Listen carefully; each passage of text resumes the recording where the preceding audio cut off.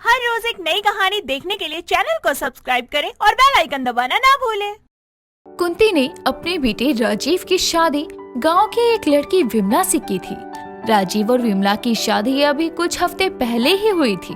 तभी विमला को एक खुशखबरी सुनाते हुए कुंती कहती है, बहू, ओ बहू। जी अम्मा जी, क्या बात है? काहे गला को इतना तकलीफ दे रहे हो आप? बहू, हम कल शाम की फ्लाइट से शहर जा रहे हैं, इसलिए तुम अपनी और राजीव की पैकिंग कर लो। का शहर? पर काहे अम्मा जी, हम तो गांव में ही ठीक है।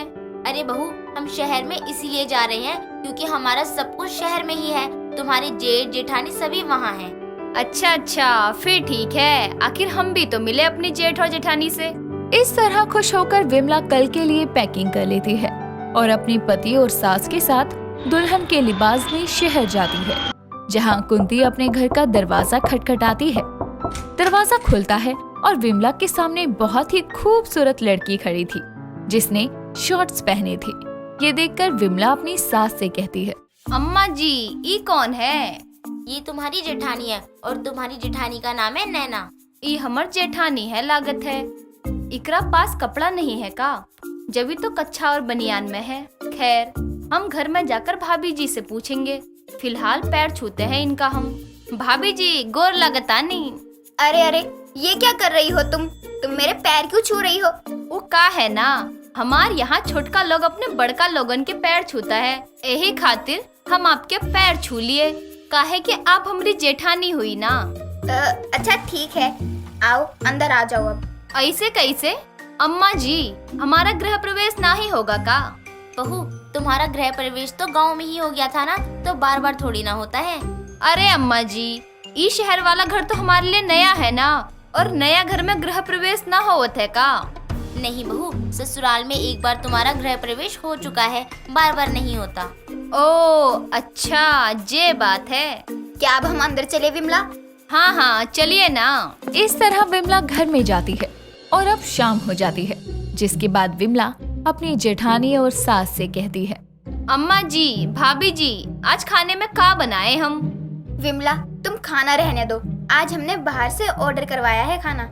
कैसन बात करती हो भाभी जी आप?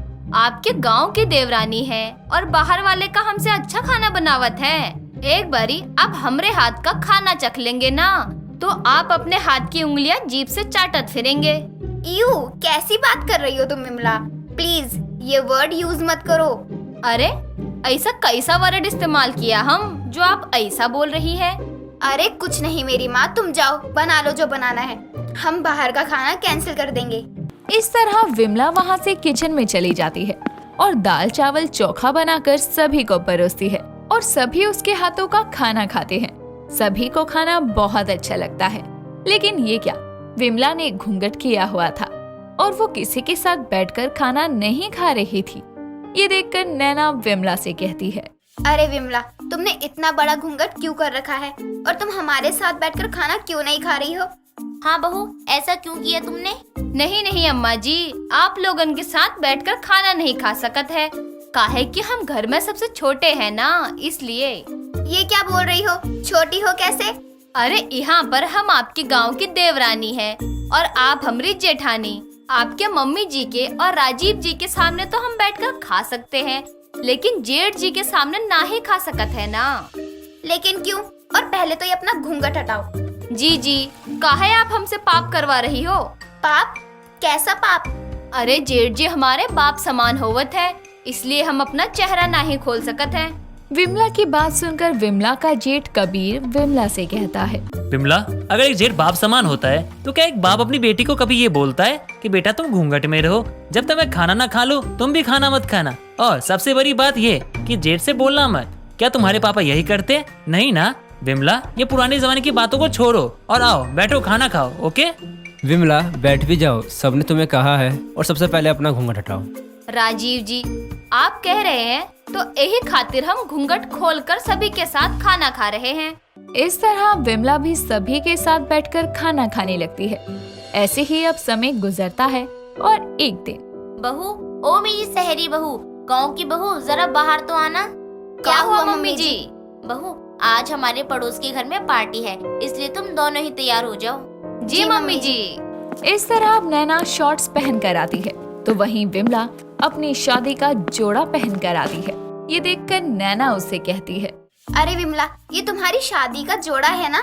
हाँ जीजी, ये हमार ब्याह का जोड़ा है।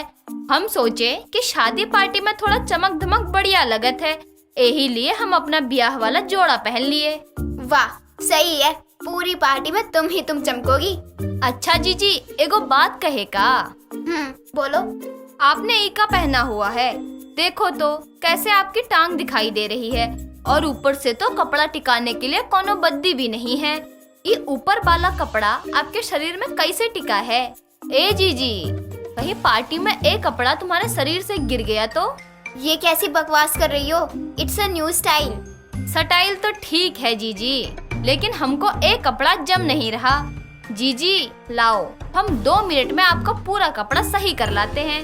ये कैसी गांव की गवार देवरानी मिल गई है मुझे। विमला देखो, मैं ऐसे कपड़े पहनती रहती हूँ, तुम मुझे मत सिखाओ कैसे कहाँ जाना है। नैना अब अपने कपड़ों के बारे में सुनकर चिढ़ जाती है और अपनी गांव की देवरानी को जवाब देते हुए पार्टी के लिए अकेले निकल जाती है। ये सब देखकर कुंती अपने बेटों को सब कुछ बताती है। ऐसे ही अगली शाम विमला का पति विमला से कहता है, विमला, मैंने सुना है यहीं पास में एक नया रेस्टोरेंट खुला है, क्यों ना हम वहाँ पर जाकर आज का डिनर करें? क्या राजीव जी, आपको तो पता है ना हम गांव की लड़की है। अरे भला गांव की लड़की को बाहर का खाना कैसे पसंद होगा? विमला, मैंने तुम्हें पहली बार कहा है, देख लो मैं कभी नहीं कहता, लेकिन अगर मैंने आज कहा है तो मैं चाहता हूँ कि तुम हाँ करो, क्योंकि यार हमें भी तो थोड़ा सा टाइम चाहिए ना। ठीक है। वैसे एगो बात बताओ, आज आप इतना रोमांटिक काहे हो रहे हो? क्योंकि मैं अपनी पत्नी को बाहर ले जाना चाहता हूँ, बस इसलिए। ठीक है, हम चलने खातिर तैयार हैं। एक तरफ तो राजीव अपनी पत्नी को बाहर जाने के लिए मना लेता है, तो वहीं दूसरी तरफ अब कबीर नैना से कहता है, नैना, यस डार्लिंग। मैं चाहता हूँ कि आज हम कहीं बाहर चले। हाँ बिल्कुल, चलो। तैयार तो हो जाओ जानू। Okay baby. दोनों की पत्नियां बाहर जाने के लिए तैयार हो जाती हैं और दोनों ही तैयार होकर हॉल में आती हैं, जहां एक बार फिर विमला अपनी शहर की जेठानी को देखकर कहती है, आई हो दादा, जीजी कैसन कपड़ा पहनी हो तुम? कल तो फिर भी तुम्हारा शरीर ढका हुआ था, लेकिन अभी तो देखो ऐसा लग रहा है जैसा जेठ जी का कच्छा और तुम अपना ब्लाउज पहनकर बाहर जा रही हो। यू इडियट, अब जब तुम्हें कपड़े पहनने की तमीज नहीं है तो इसमें मैं क्या कर सकती हूँ? तुमने खुद के कपड़े देखे हैं? ऐसा लग रहा है चद्दर लपेट कर जा रही हो। का कहे तुम चद्दर? अरे ये बनारसी साड़ी है, समझी आप? और ई का अंग्रेजी में गाली बके जा रही हो। अगर हमने हिंदी गाली शुरुआत कर दी ना तो बुझ नहीं पाओगी। हाँ, आई बड़ी। उन दोनों की बहस देखकर अब कुंती, कबीर और राजीव हॉल में आते हैं, जहां उन दोनों को इस तरह कुत्ते बिल्ली की तरह लड़ता देखकर वो परेशान हो जाते हैं।